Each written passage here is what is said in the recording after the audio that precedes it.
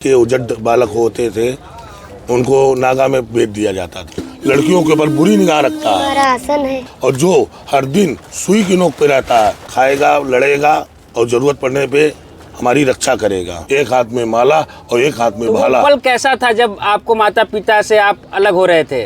अच्छा बोलता। अच्छा पल था। किसी प्रकार का मतलब मन में आपको ये नहीं था कि मैं घर से दूर जा रहा हूँ, अभी बच्चा हूँ, खेलने कूदने की उम्र है? ऐसा कोई विचार नहीं था मेरे मन में। ऐसा कोई विचार नहीं था। तो अभी आपके उम्र के जो बच्चे हैं उनको क्या कहना चाहेंगे? कि उनको भी शिक्षा ग्रहण करनी चाहिए अच्छे से और अपने माता पिता का कहना मानना चाहिए। अच्छा, ये सनातन धर्म के जो हमारी सनातन धर्म के शिक्षा है, इसके बारे में आप कुछ बताएंगे? सनातन धर्म एक बहुत ही अच्छा धर्म है, वैदिक धर्म है। अच्छा, इसकी शिक्षा प्रणाली कुछ, जैसे आप शिक्षा दीक्षा लेते होंगे तो कुछ इसके बारे में। चलिए, आपने जो माथे पे आपने ये लगाया हुआ है टीका, इसके बारे में कुछ बताइए। ये हमारा आसन है। हाँ, ये हमारे राम जी हैं। राम जी। ये हमारे लखन जी हैं। जी। ये हमारी सीता माँ है। चलिए, और इनके साथ यहाँ पे तमाम ऐसे गुरु जी लोग बैठे हुए हैं। सबसे हम बारी बारी से बात करते हैं, इसे अखाड़े के बारे में भी बात करते हैं। सभी लोग कहीं ना कहीं वहीं से उतरे, वैराग्य धारण किए, गुरु की सेवा किए। जैसे गुरु भाई ने भी हमारे बताया, झाड़ू पोछा चौका बर्तन रसोईया करते करते कहीं जा कर के फिर पुजारी बनोगे। पुजारी बनने के बाद फिर पंचायत अखाड़ों के अंदर जाइएगा। मैं भी, मेरा नाम भी छोटा सा है, महंत सूरत दास। मैं भी अखाड़े से ही हूँ, परंतु तेरा भाई त्यागी के अंदर इस बार महंताई हुई है। और नागा से त्यागी में आना कहीं ना कहीं ये मेरे गुरुजनों का आशीर्वाद था कि जो हमारे यहाँ तेरा भाई त्यागी के उजड़ बालक होते थे उनको नागा में भेज दिया जाता था। इसलिए भेजा जाता था कि वहाँ जाएगा, खाएगा, लड़ेगा और ज़रूरत पड़ने पे हमारी रक्षा करेगा। तो धर्म की रक्षा के लिए नागा बनाए गए हैं। हमारे वैष्णव में भी नागा है, ऐसा नहीं कि सन्यासियों में ही है। वैष्णव और सन्यासी दोनों तरफ नागा विलान करते हैं, जो धर्म की रक्षा के लिए हर समय एक हाथ में माला और एक हाथ में भाला, जो हमारे योगी जी कहते आ रहे हैं। और इस समय ये कलयुग का यही सच है। अगर इसको ना लिया जाए तो कहीं ना कहीं ठाकुर राम जानकी की संपत्ति, जहाँ धन है, जहाँ संपत्ति है, वहाँ ही विवाद है। आज इस समय एक से एक, जिसका कोई चीज़, कोई पावर नहीं, कुछ नहीं है, वो भी सुरक्षा व्यवस्था लेके चलते हैं। और जो हर दिन सुई की नोक पे रहता है, उसकी सुरक्षा के लिए कहीं कोई भी पुख्ता इंतजाम नहीं है। अब कहीं ना कहीं हमारी सरकार, जब से योगी बाबा आए हैं, तब से कम हम लोग ये तो कह सकते हैं कि हमारे सरकार के आने से आज हम साधु समाज गौरवान कर रहे हैं।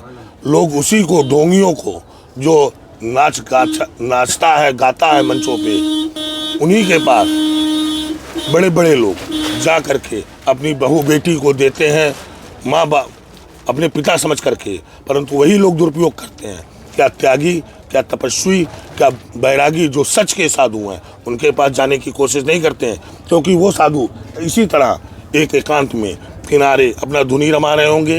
देख लीजिए, गैस तक का नहीं है, चूल्हा तक नहीं है, एक धुनी के अलावा इसी पे अपना बनाना, इसी से अपना बाटी चोखा जो भी रूखा सूखा बना, या कहीं भंडारे में जाकर जो लोग बुलाएं, भोजन पवावें, उसी से इनका वो चलता है ना। कहीं भंडारे नहीं पाने जाते। तो जैसा मतलब अपनी मानसिकता, हमको भजन में प्रेम लग गया तो हम धुनी के अलावा हमको लगता है अग्नि, गौ, ब्राह्मण, कलयुग में ये तीन चीजों से ही प्रत्यक्ष रूप में भोजन कराया जा सकता है।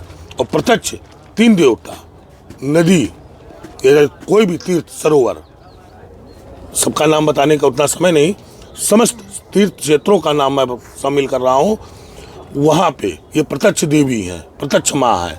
जैसे आज ये संगम में, महाकुंभ के अंदर सभी लोग आकर अपने स्नान करके अपने पाप को या धुल जाते हैं, और उसी तरह ये काला घोड़ा होकर के प्रयागराज स्वयं अयोध्या में जाके तीर्थराज चैत्र रामनवमी में जाकर स्नान करते हैं और वो सफ़ेद होते हैं। तो ये अयोध्या की महिमा है और ये प्रयागराज की महिमा है। राजाओं में राजा प्रयाग है और उनका सबसे बड़ी अयोध्या नगरी जहाँ लीन श्री राम अवतार। मैं भी एक अयोध्या का महंत हूँ, छोटा सा नाम है महंत सूरजदास, पहले जो भी था आज त्यागी में आ गया हूँ। तो कहने का अभिप्राय मेरा यही है कि इस चैनल के माध्यम से यदि धर्म कर्म विश्वास है तो उसको आप पूजिए, जिससे आपको संपूर्ण ज्ञान हो जाएगा। हर व्यक्ति के अंदर जीव आत्मा है, परंतु उसको देखना नहीं चाहता है। कहे कर्महीन सुख सपने नाही, गीता में स्पष्ट लिखा हुआ है। तो कर्म है प्रधानता है, तब त्याग वैराग ये इष्ट की प्राप्ति है। अपने भक्तों अपने अनुयायियों के लिए इस वेश को धारण किया है, जिसके वजह से सभी लोगों को फलीभूत किया जा सके। थोड़ा कष्ट ही सही, पर कम से कम हमको सुकून तो है सरकार की सेवा में, भजन में, समस्त साधुओं को लंगर चलवाना, भोजन करवाना, बड़े लोगों बड़े बड़े आदमियों से पैसा लेना, गरीब ब्राह्मण या कोई भी आए साधु वेश में है या एक जीव आत्मा बन करके, चाहे वो जानवर हो, चाहे वो इंसान हो, चाहे वो पक्षी हो, वो है तो जीव, ईश्वर जीव अविनाशी होता है। तो इस वजह से मैं आपसे एक ही संदेश दे रहा हूँ कि जहाँ तक हो सके त्याग वैराग के अंदर आप अगर सच्चे मन से झांकेंगे तो वही जीवन का सच है। माँ बाप अपने लड़कों बच्चों को किस तरह बहलाते हैं, फुसलाते हैं, पालते हैं और वही बाद में उनको ठोकर मार के चल जाते हैं। ऐसी जगह पे त्याग देना चाहिए।